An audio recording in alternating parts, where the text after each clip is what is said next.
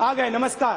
मतलब 65 पिटे, 71 पिटे, ना 65 पिटे, 71 पिटे, 99 पिटे, बालाकोट पे पिटे, सर्जिकल स्ट्राइक में पिटे, लेकिन मतलब ओके देखिए, मुझे लगता है कि दिस ओके, अच्छा ठीक है, आप खुश रहिए, इसी में खुश रहिए। जी देखिए, जो कश्मीर है वो पाकिस्तान की फॉरेन पॉलिसी का कॉर्नर स्टोन है। हमारी फॉरेन पॉलिसी जो है वो ऑब्वियसली कश्मीर के इर्द गिर्द घूमती है, और ये पाकिस्तानी नेशन, कौम, हुकूमत, ये हर एक की जिम्मेदारी है कि कश्मीर के इशू को लेकर के सुने वो बात देखिए, वो सुने बात सुने। हमारी फॉरेन पॉलिसी का कॉर्नर स्टोन है, पहली बात। दूसरे का मैं एक चीज बता दूं, मैं आपकी फौज को पता है कि आपकी तबीयत हम ही सेट करते हैं। हमारे पे एग्रेशन किया तो जवाब बड़ा बुरा मिलेगा। चाइना के साथ फिर वही मतलब 65 पिटे, 71 पिटे, ना 65 पिटे, 71 पिटे, 99 पिटे, बालाकोट पे पिटे, सर्जिकल स्ट्राइक में पिटे, लेकिन मतलब ओके देखिए, मुझे लगता है कि दिस ओके, अच्छा ठीक है, आप खुश रहिए, इसी में खुश रहिए कि आपकी बड़ी जीत हो रही है। 65 पे आप ही जीते थे, 71 में आप ही जीते थे, इसी में खुश रहिए और अपने देश का डब्बा गोल करते रहिए। अगर आपका कॉर्नर पॉइंट ही आपकी फॉरेन पॉलिसी का कश्मीर है, जो आपका हिस्सा ही नहीं है, तो सोचिए आपके मुल्क का क्या हाल होगा।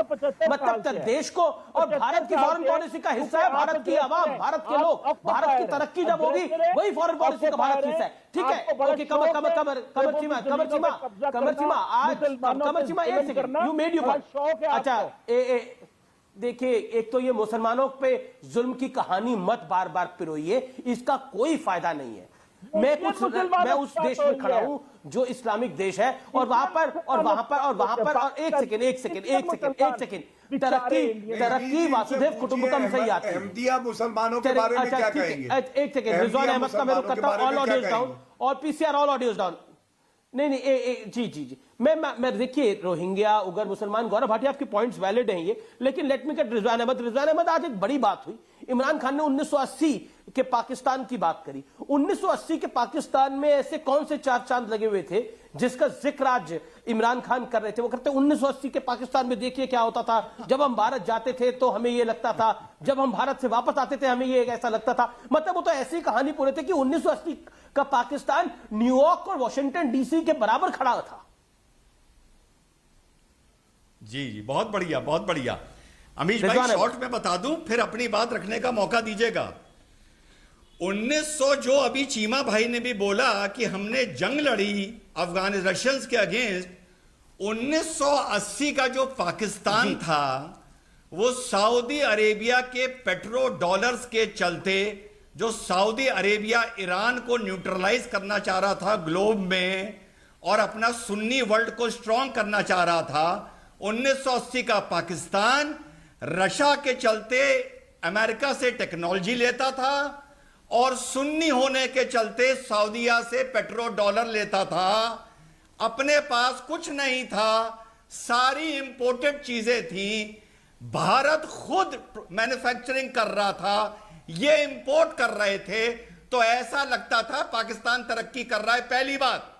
दूसरी बात, अमीश भाई सारी बात भूलिए पाकिस्तान की तरक्की की, पर कैपिटा की, जीडीपी की।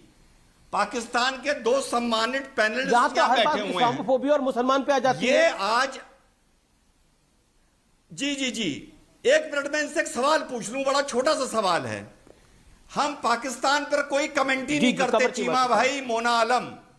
हमें बस आप दोनों इतना बता दो कि दुनिया की क्रिकेट टीम बिना सिक्योरिटी के पाकिस्तान कराची लाहौर में कब जाएंगी, और दुनिया भर का टूरिस्ट कराची लाहौर और इस्लामाबाद में बेखौफ कब तक घूमने लगेगा? आप हमें ईयर बता दो, 2050, 2040 ईयर, कौन से ईयर तक ऐसा हो जाएगा? बताइए। ठीक है आपकी रॉ पाकिस्तान में कमर चीमा जवाब देना चाह रहे हैं। कमर चीमा, जब आपकी रॉ पाकिस्तान में दहशतगर्दी बंद करवाएगी, जब कुलभूषण यादव आने बंद होंगे, जब आप दूसरे मुल्कों में हमले करने बंद करेंगे, जब आपके नरेंद्र मोदी पाकिस्तान के अंदर अपने जासूस भेजना बंद करेगी और हमारे मुल्क के अंदर दहशतगर्दी बंद कर देगी, तब पाकिस्तान के अंदर हालात नॉर्मल हो जाएंगे। तो ये सवाल का जवाब तो आप अपनी सरकार। अच्छा ये बताइए, ये जो लाल मस्जिद में धमाका कराया था, ये जो पाकिस्तान की लाल मस्जिद में धमाका कराया था, एक सेकेंड भाईजान सुन तो लो, भाईजान सुन तो लो, ये जो पाकिस्तान की लाल मस्जिद में धमाका कराया था, ये किसने करा दिया था? अब बताइए, हाफिज सईद को कौन पाल रहा है? कौन पाल रहा है मसूद अजहर को, हाफिज सईद को? जी लश्कर तोयबा इंडिया ने बनाया, ओसामा बिन लादेन को ओबेटाबाद में argument is so weak, Qamar Chiba. Okay, let Mona Alam reply to this question. This is a very Pakistan के कैंटोनमेंट में हिंदुस्तान ने छुपा के रखा। वाह भैया वाह, वाह भैया वाह। जी एक सेकेंड, ओसामा होगी। ओके मोना आलम, एक सेकेंड रिजवान अहमद, मोना आलम, ओसामा बिन लादेन, जी मोना आलम, ओसामा बिन लादेन आपके यहाँ मिलता है, हाफिज सईद आपके यहाँ है, इसके अलावा तमाम दहशतगर्दी तंजीमें आपके मुल्क से निकलती हैं, और उसके बाद कमर चीमा आपके जो फेलो पैनलिस्ट है पाकिस्तान के, वो भारत को ब्लेम करते हैं। क्या आपको लगता नहीं है कि you are not smelling the coffee? समस्या जहां है उसका निदान वहां करिए।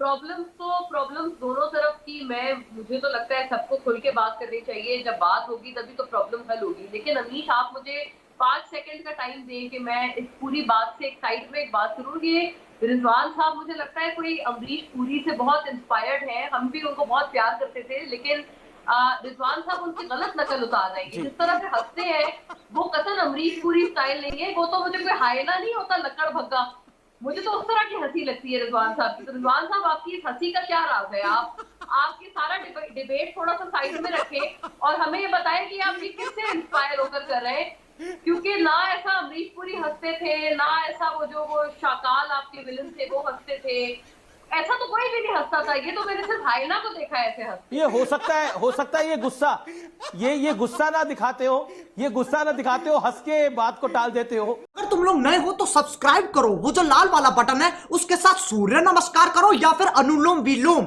मुझे नहीं पता, बस क्लिक हो जाना चाहिए।